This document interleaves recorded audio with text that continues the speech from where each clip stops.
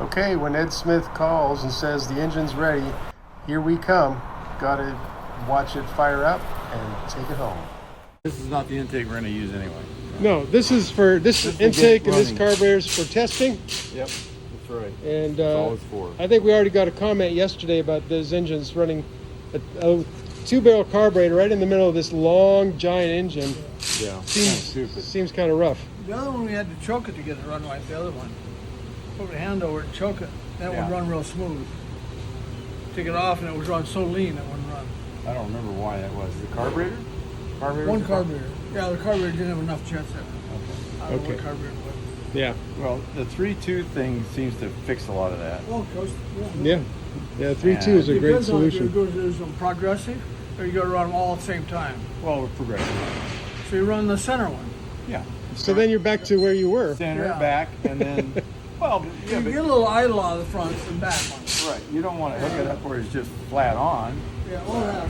Because it just flooded with gas. I don't know if it's going to run or not. So Well, let's see if it runs. Well, make it. Yep. All we need is some sparks, some gas, and some...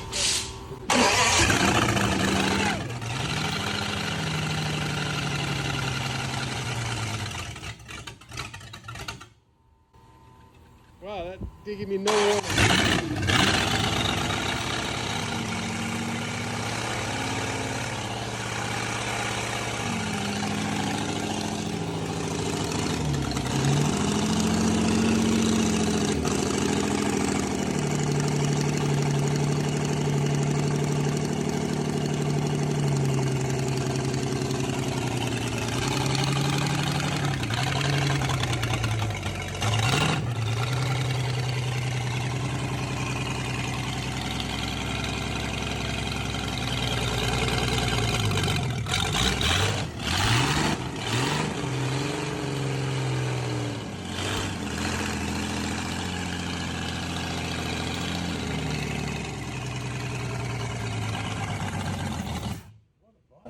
Wow. That started up in half a crank. Yeah, but did you hear the bottom end when you revved it? Yeah. Wow. Wow, that sounds fantastic. Sounds like it actually makes a little horsepower. Not like some of these huge things you got around here, but you can keep that wired. oh, thanks. Ed. See, I got it wired to double. Oh, okay. Okay. You don't want to run it too long. You can see it. Yeah, you don't want to let too much smoke out. Well, it gets hot. It gets Yeah. hot. That's Right. Next time it's run, I'm sure you'll have the coolant hooked up to it. yeah, we got we got a giant radiator that'll all be brand new. So. Yep. But Wow. throttle response was really That throttle, yeah, and that's with the one carburetor. Timed correctly and built correctly. Everything is in place, and that's just 1 2-barrel. Right. Right. But you notice when you started bringing the RPMs up, it just immediately responded.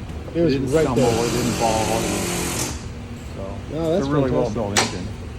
And Got the battery cables off. Oh, I did. I thought it on, did. what'd you say it makes 50 pounds? Yeah. Well, a little more than 50, I think. Yeah, a little more. That's a lot of oil pressure for one of these. Yeah.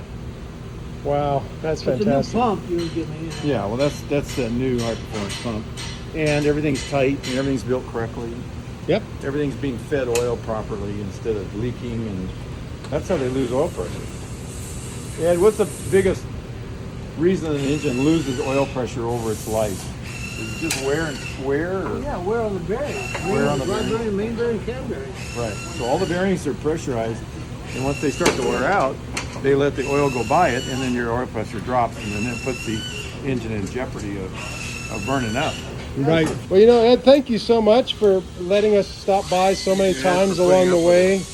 The very long road of getting this thing together. There's no give up in Ed Smith. Yeah, you stayed with it, and you also allowed us to pester you. Right, Ed?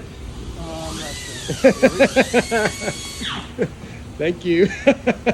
Well, we'll just be thankful and Yes. and move on. Yes. The man who's getting this, Ed, is a really good man, just like yourself. Yep, that's right. Really tickle. We hung in there. Waiting for the good.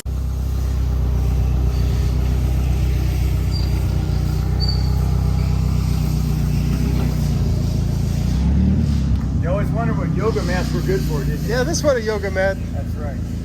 be good for.